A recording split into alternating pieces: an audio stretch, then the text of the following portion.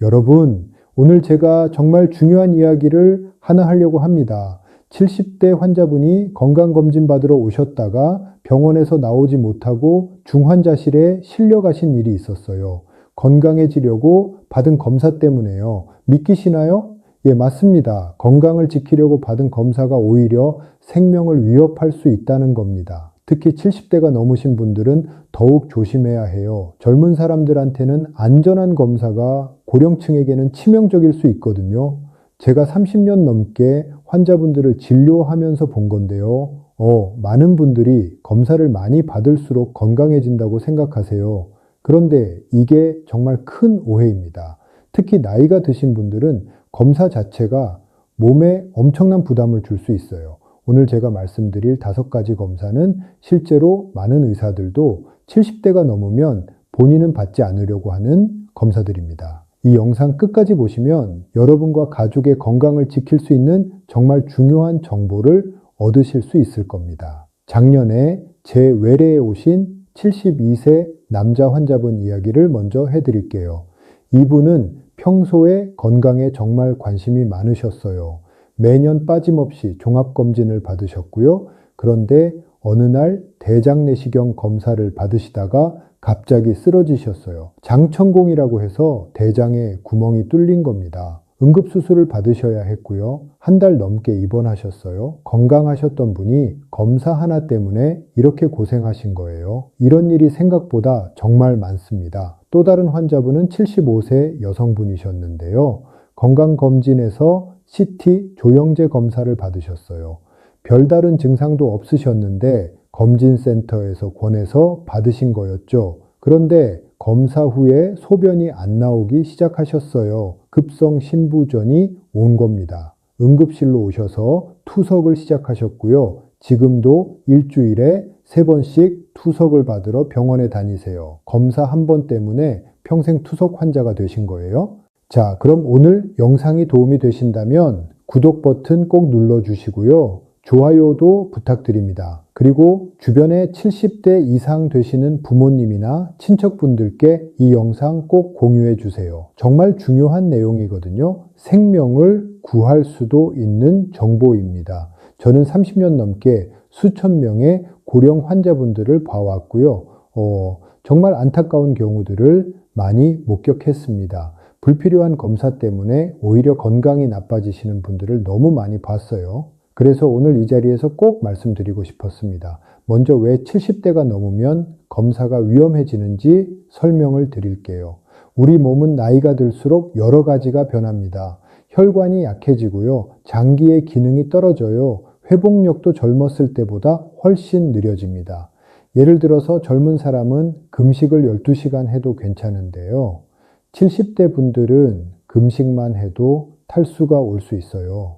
또 조영제라는 검사용 약물도 젊은 사람한테는 큰 문제가 없는데 고령층은 신장 기능이 떨어져 있어서 조영제 때문에 급성 신부전이 올 수 있습니다. 그리고 중요한 게 하나 더 있어요. 70대가 넘으면 기대 여명이 제한적이라는 겁니다. 조금 불편한 말씀일 수 있는데요. 현실적으로 생각해 봐야 해요. 검사에서 뭔가 발견됐을 때 그걸 치료하는 게 정말 도움이 될지를 따져봐야 합니다. 천천히 자라는 암을 발견해서 큰 수술을 받게 되면 수술 자체가 남은 삶의 질을 크게 떨어뜨릴 수 있거든요. 이런 부분들을 다 고려해야 합니다. 제가 아는 한 의사 선배님은 올해 76세이신데요. 지난번에 이런 말씀을 하셨어요. 본인은 이제 대장내시경도 안 받고 종합검진도 안 받으신대요. 대신 기본 혈액검사만 1년에 한 번 하시고 증상 있을 때만 병원 가신다고요. 평생 환자들 진료하시면서 너무 많이 보신 거죠. 검사 때문에 오히려 문제가 생기는 경우들을요. 자, 그럼 지금부터 본격적으로 70대 이상이 피해야 할 5가지 검사에 대해 말씀드리겠습니다. 첫 번째는 대장내시경입니다. 예, 맞아요. 대장암 검사로 유명한 그 대장내시경이요. 젊었을 때는 꼭 필요한 검사예요. 그런데 75세가 넘으면 상황이 달라집니다. 대장내시경은 준비 과정이 정말 힘들거든요. 하루 전부터 금식하고요. 장정결제라는 약을 먹어서 설사를 계속 해야 해요. 이 과정에서 탈수가 오고 전해질 불균형이 생길 수 있습니다. 특히 심장이나 신장이 안 좋으신 분들은 정말 위험해요. 장정결제를 먹으면 보통 4리터 정도의 물을 마셔야 하는데요.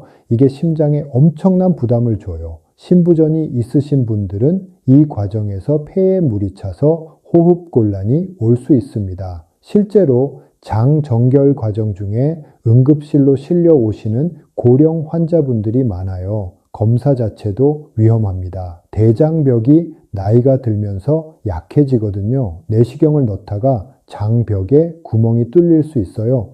이걸 장천공이라고 하는데요. 이게 생기면 응급수술을 받아야 합니다. 70대 이상에서 이런 장천공이 생길 확률이 젊은 사람보다 5배나 높아요. 그리고 수술 후 회복도 어렵습니다. 수술 합병증으로 사망하시는 경우도 있고요. 더 중요한 건 이겁니다. 대장암은 천천히 자라는 암이에요.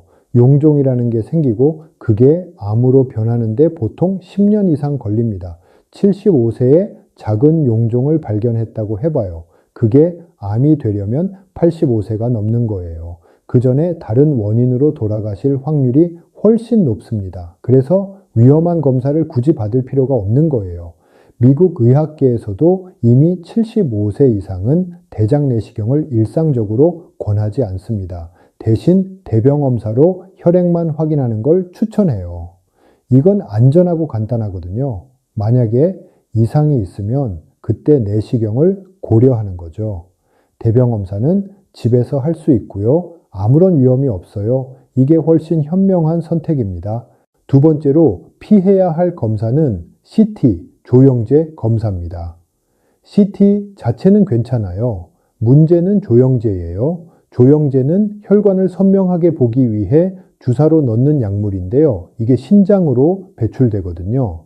70대가 넘으면 신장 기능이 많이 떨어져 있어요. 겉으로는 멀쩡해 보여도요. 혈액 검사를 해보면 신장 기능이 젊었을 때의 절반 정도밖에 안 되는 분들이 많습니다. 이런 상태에서 조영제를 맞으면 신장에 엄청난 부담이 가요. 조영제 유발 신병증이라고 해서 갑자기 신장이 망가질 수 있어요. 한번 망가진 신장은 회복이 정말 어렵습니다. 투석을 해야 할 수도 있고요. 제가 직접 본 케이스만 해도 수십 건이 넘어요. 건강검진으로 CT 한번 찍었다가 투석 환자가 되신 분들이요. 투석이 얼마나 힘든지 아세요? 일주일에 3번씩 병원에 가야 하고요. 한 번에 4시간씩 걸려요. 투석 받고 나면 완전히 기운이 빠져서 하루 종일 누워 있어야 해요. 평생 이렇게 살아야 하는 겁니다. 검사 한번 잘못 받아서요. 특히 당뇨병이 있으시거나 고혈압 약을 드시는 분들은 더 조심해야 합니다. 이런 분들은 이미 신장 기능이 손상되어 있을 가능성이 높거든요. 조영제를 쓰기 전에는 반드시 신장 기능 검사를 해야 하고요. 만약 신장 기능이 안 좋으면 조영제 없는 검사로 대체해야 해요. 그리고 조영제 알레르기도 문제입니다. 젊었을 때는 괜찮았어도 나이 들면서 갑자기 알레르기가 생길 수 있어요. 심한 경우 아나필락시스라고 해서 쇼크 상태에 빠질 수 있습니다. 혈압이 뚝 떨어지고 호흡 곤란이 와요. 이것도 정말 위험한 상황이에요. 기관지가 붓고 숨을 못 쉬게 되면 몇 분 안에 사망할 수도 있거든요. 그래서 70대 이상은 CT를 꼭 찍어야 하는 상황이 아니면 피하는 게 좋습니다. 특히 건강검진 목적으로는 절대 조영제 CT를 받으시면 안 돼요. 만약 꼭 필요하다면 조영제 없는 CT나 초음파, MRI 같은 다른 검사를 먼저 고려해야 합니다. 요즘은 초음파 기술이 정말 좋아져서 조영제 CT만큼 잘 보이거든요. 세 번째는 운동부와 심전도 검사입니다. 이거는 러닝머신 위에서 뛰면서 심장을 검사하는 거예요. 협심증이나 심근경색 위험을 알아보는 검사인데요. 70대 이상한테는 정말 위험합니다. 왜냐하면 검사 중에 실제로 심장 문제가 생길 수 있거든요. 생각해 보세요. 평소에 운동 안 하시는 분이 갑자기 러닝머신에서 뛰는 거예요. 심박수를 최대한 올려야 하는 검사거든요. 이 과정에서 심장에 엄청난 부담이 갑니다. 실제로 검사 중에 심근경색이 오거나 부정맥이 생기는 경우가 있어요. 또 넘어지거나 어지러워서 쓰러지는 일도 많고요. 제 동료 의사한테 들은 이야기인데요. 73세 환자분이 운동부와 검사 중에 갑자기 심정지가 왔대요. 다행히 병원에서 검사 중이어서 바로 심폐소생술을 해서 살아나셨지만요. 만약 다른 곳이었으면 큰일 날 뻔했죠. 건강 확인하려고 받은 검사가 거의 생명을 앗아갈 뻔한 거예요. 더 큰 문제는 이 검사의 정확도가 고령층에서 떨어진다는 겁니다. 위양성이라고 해서 실제로는 문제가 없는데 이상하다고 나오는 경우가 많아요. 그러면 추가 검사를 또 받게 되고요. 관상동맥 조영술 같은 침습적인 검사까지 받게 될 수 있습니다. 그 과정에서 불필요한 시술까지 받게 될 수 있어요. 70대 이상은 운동부와 검사 대신에 심장 초음파나 가만히 누워서 찍는 심전도로 충분합니다. 이런 검사들도 심장 상태를 충분히 평가할 수 있거든요. 위험을 감수하면서까지 운동부와 검사를 받을 필요가 없어요. 심장 초음파는 정말 안전하고요. 심장의 구조와 기능을 다 볼 수 있습니다. 네 번째는 전신 PET-CT 검사입니다. 이건 암 검사로 유명한데요. 정말 비싸고 정밀한 검사예요. 한 번에 200만 원 넘게 들기도 하고요. 그런데 70대 이상한테는 권하지 않습니다. 왜냐하면 이 검사가 너무 민감해서 문제가 없는 걸 찾아내기 때문이에요. 나이가 들면 몸 여기저기 작은 이상들이 생깁니다. 염증도 있고요. 작은 혹도 있고요. 대부분 문제가 안 되는 것들이에요. 그런데 PET-CT는 이런 것들을 다 찾아냅니다. 그러면 추가 검사를 받게 되고요. 조직 검사도 하게 되고요. 결국은 아무 문제 없는 걸로 판명되는 경우가 대부분이에요. 이 과정에서 받는 스트레스와 신체적 부담이 엄청납니다. 조직 검사 하다가 출혈이나 감염이 생길 수도 있고요. 예를 들어서 폐에 작은 결절이 보인다고 해봐요. 조직 검사하려면 가슴에 바늘을 찔러 넣어야 해요. 이 과정에서 기흉이라고 해서 폐에 구멍이 생길 수 있어요. 그러면 가슴에 튜브를 넣고 일주일씩 입원해야 합니다. 게다가 PET-CT는 방사선 피폭량이 정말 많아요. 일반 CT의 10배가 넘습니다. 고령층은 회복력이 떨어져서 방사선 피폭의 영향을 더 많이 받아요. 세포 손상도 더 크고요. 암 발생 위험도 높아져요. 아이러니하게도 암을 찾으려고 받은 검사가 오히려 암을 유발할 수 있는 거죠. 더군다나 PET-CT에서 작은 암을 발견했다고 해봐요. 그게 치료가 필요한 암인지도 불분명합니다. 천천히 자라는 암이면 평생 증상 없이 지낼 수도 있거든요. 특히 전립선암이나 갑상선암 같은 경우는 너무 천천히 자라서 평생 모르고 사는 경우가 훨씬 많아요. 그런데 발견됐으니까 치료해야 할 것 같고요. 수술받고 항암치료 받고 하다가 오히려 삶의 질이 엄청나게 떨어지는 거예요. 그래서 암 가족력이 있거나 특별한 증상이 있는 게 아니라면 70대 이상은 전신 PET-CT를 건강검진 목적으로 받지 않는 게 좋습니다. 일반 CT나 초음파로도 충분히 필요한 부분을 확인할 수 있어요. 돈도 아끼고 몸도 지키는 거죠. 다섯 번째는 수면 내시경입니다. 위내시경 자체가 문제는 아니에요. 문제는 수면제예요. 많은 분들이 내시경 검사 힘들까봐 수면 내시경을 선택하시는데요. 70대 이상한테는 이게 위험할 수 있습니다. 수면제를 맞으면 호흡이 억제돼요. 산소 포화도가 떨어지고요. 젊은 사람은 금방 회복하는데요. 고령층은 회복이 느립니다. 게다가 폐 기능이 안 좋으신 분들은 수면제 때문에 호흡 곤란이 올 수 있어요. 드물지만 수면 내시경 후에 의식이 안 돌아오는 경우도 있습니다. 작년에 있었던 일인데요. 78세 남자 환자분이 수면 내시경을 받으셨어요. 검사는 잘 끝났는데 회복실에서 깨어나질 않으시는 거예요. 30분이 지나고 1시간이 지나도요. 결국 중환자실로 옮겨서 인공호흡기를 달아야 했어요. 다행히 이틀 후에 깨어나셨지만요. 그 과정이 얼마나 무서웠겠어요. 또 수면제는 혈압을 떨어뜨려요. 심장이 약하신 분들한테는 이게 정말 위험합니다. 혈압이 갑자기 떨어지면 뇌로 가는 혈류가 줄어들거든요. 어지럽고 쓰러질 수 있고요. 심하면 뇌졸중까지 올 수 있어요. 특히 혈압약을 드시는 분들은 수면제와 혈압약이 상호작용을 해서 혈압이 너무 떨어질 수 있습니다. 그리고 수면 내시경 후에는 하루 종일 멍한 상태가 됩니다. 고령층은 이 상태에서 넘어지거나 사고가 날 위험이 높아요. 실제로 수면 내시경 받고 집에 가시다가 넘어져서 골절상을 입으신 분들도 많습니다. 엉덩이뼈 골절이 생기면 수술받아야 하고요. 그 후유증으로 돌아가시는 경우도 있어요. 그래서 70대 이상은 가능하면 비수면 내시경을 권합니다. 요즘은 내시경 기계가 정말 좋아져서 비수면으로 해도 그렇게 힘들지 않아요. 약간 불편하긴 하지만 5분 정도면 끝나거든요. 위험을 감수하면서까지 수면제를 쓸 필요가 없어요. 비수면으로 하면 검사 끝나고 바로 집에 가실 수 있고요. 안전합니다. 자, 지금까지 70대 이상이 피해야 할 5가지 검사를 말씀드렸습니다. 그럼 이제 70대 이상은 어떤 검사를 받아야 할까요? 필요한 검사들도 있거든요. 첫 번째로 혈액 검사는 정기적으로 받으셔야 합니다. 혈당, 콜레스테롤, 신장 기능, 간 기능 이런 기본적인 것들이요. 이건 체열만 하면 되니까 안전하고요. 만성질환 관리에 꼭 필요해요. 6개월에서 1년에 한 번 정도면 충분합니다. 혈액 검사로 당뇨병, 고지혈증, 신장질환, 간질환 다 확인할 수 있어요.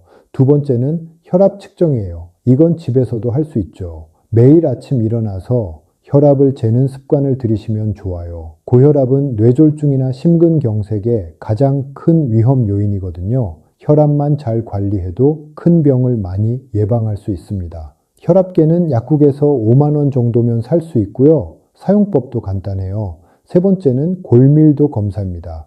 특히 여성분들은 폐경 후에 골다공증이 빨리 오거든요. 골밀도 검사는 방사선 피폭도 거의 없고 간단해요. 2년에 한 번 정도 받으시면 됩니다. 골다공증이 심하면 약물 치료를 시작해야 해요. 골다공증을 방치하면 작은 충격에도 뼈가 부러지거든요. 네 번째는 눈 검사예요. 백내장, 녹내장, 황반 변성 같은 게 나이 들면 흔하게 생기거든요. 1년에 한 번 안과에서 정밀 검사를 받으시는 게 좋습니다. 실명을 예방할 수 있어요. 특히 녹내장은 초기에 증상이 없어서 검사로만 발견할 수 있거든요.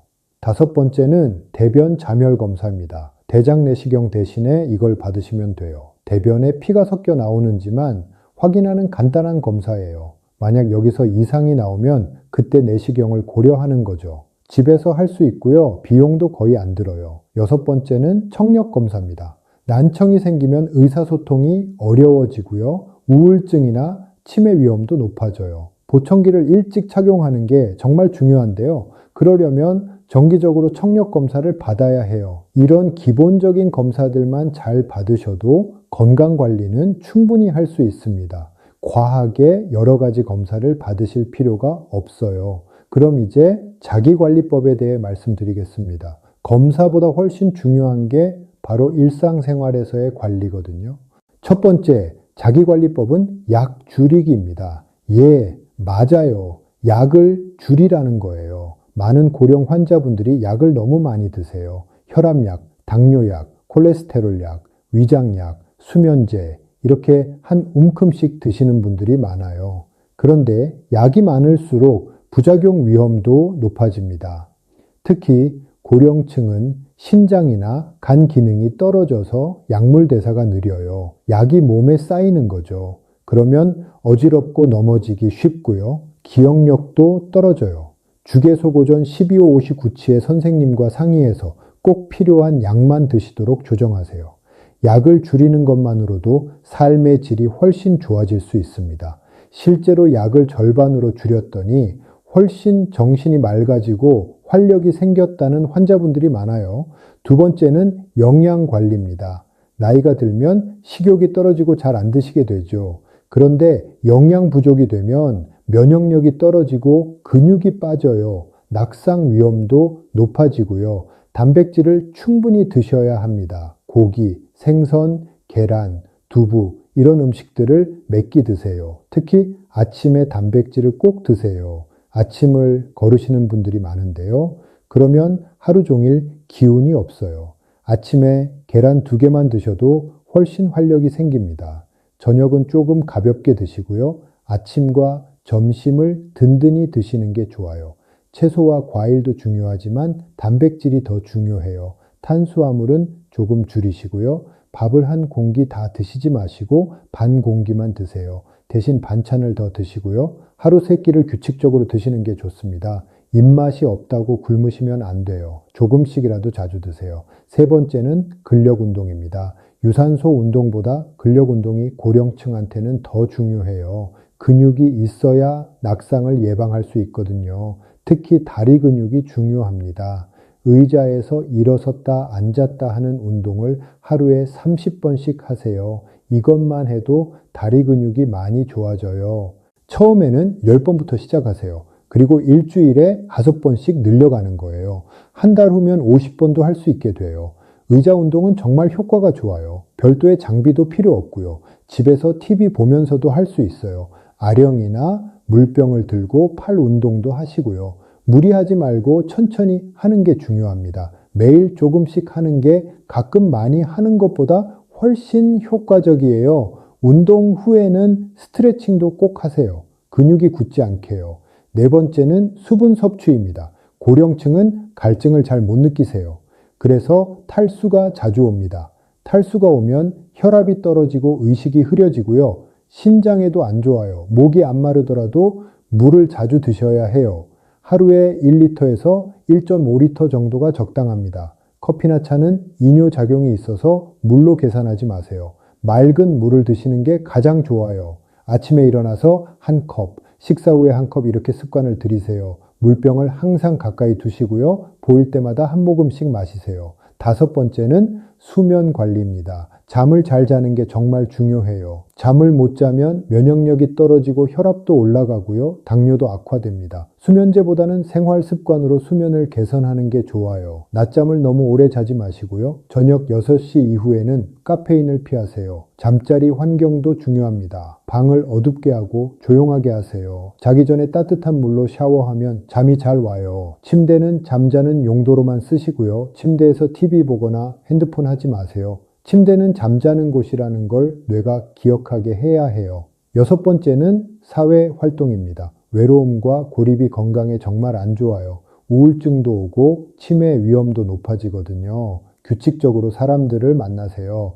경로당이나 복지관에 나가시는 것도 좋고요. 취미 활동을 함께하는 모임에 참여하시는 것도 좋아요. 가족들과도 자주 연락하고 만나세요. 일주일에 한두 번은 친구나 이웃과 이야기 나누는 시간을 가지세요.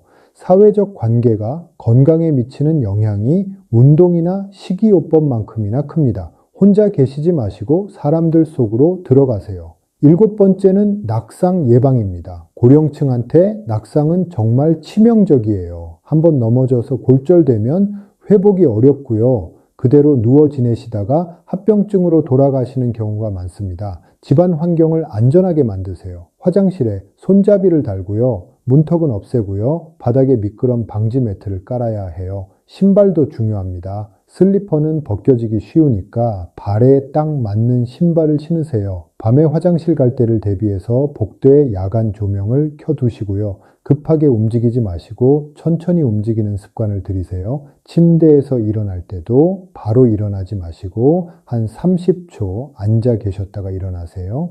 8번째는 정기적인 주치의 방문입니다. 몸이 아프지 않아도 3개월에서 6개월에 한 번은 주치의 선생님을 만나세요. 만성질환 관리도 하고요. 약도 점검하고요. 필요한 검사도 상의할 수 있습니다. 증상이 생겼을 때만 병원 가지 마시고 정기적으로 방문하는 게 훨씬 좋아요. 주치의 선생님과 좋은 관계를 유지하는 게 정말 중요합니다. 여러분의 건강 상태를 가장 잘 아는 사람이 주치의니까요. 궁금한 거 있으면 메모해뒀다가 진료 때 물어보세요. 주치의는 평생 건강을 함께 관리하는 동반자예요. 자, 그럼 주의사항에 대해서도 말씀드릴게요.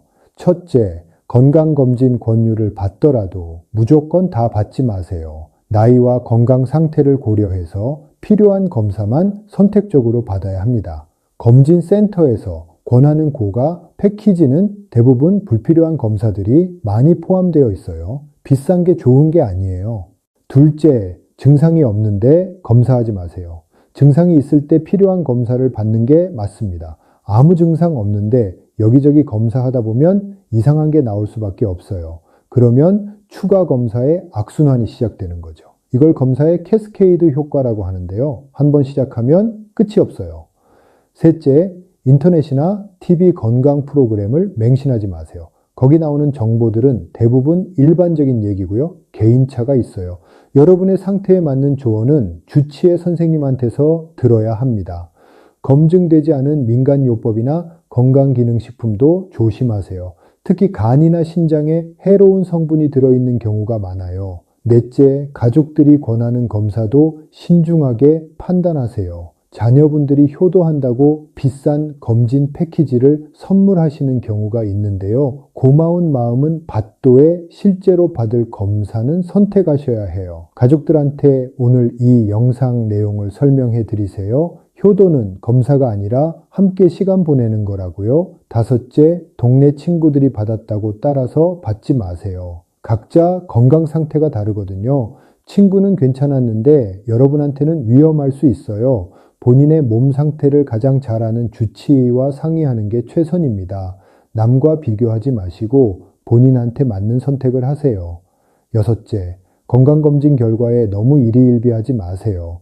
조금 이상하다고 나와도 대부분은 큰 문제가 아니에요. 나이가 들면 정상 수치도 달라지거든요. 결과가 나쁘다고 너무 걱정하지 마시고요. 주치의와 상담하세요. 일곱째, 건강에 대한 강박을 버리세요. 완벽하게 건강할 필요는 없어요. 나이에 맞게 적당히 건강하면 되는 거예요. 검사 수치 하나하나에 집착하지 마시고요. 전반적인 삶의 질을 높이는 데 집중하세요. 자, 이제 오늘 말씀드린 내용을 정리해 드릴게요. 70대가 넘으면 피해야 할 5가지 검사 기억하시죠? 대장 내시경, CT 조영제 검사, 운동부와 심전도, 전신 PET-CT, 수면 내시경이었습니다. 이 검사들은 젊었을 때는 유용하지만 고령층한테는 위험이 더 클 수 있어요.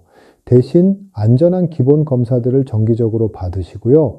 일상생활에서의 관리가 훨씬 더 중요하다는 걸 기억하세요. 약을 줄이고 단백질 잘 드시고 근력 운동하시고 물 충분히 마시고 잘 주무시고 사람들 만나시고 낙상 조심하시고 주치의를 정기적으로 만나는 것, 이 8가지가 어떤 검사보다 여러분의 건강을 지켜줄 겁니다. 오늘도 저와 함께 건강 공부하시느라 고생하셨습니다. 중요한 것은 실천하는 것이 가장 중요합니다. 도움이 되셨다면 구독과 좋아요 부탁드립니다. 그리고 주변인들에게도 영상 공유를 통해 많이 알리셔서 함께 건강하고 행복한 노후를 만들어 가시기를 바랍니다. 감사합니다.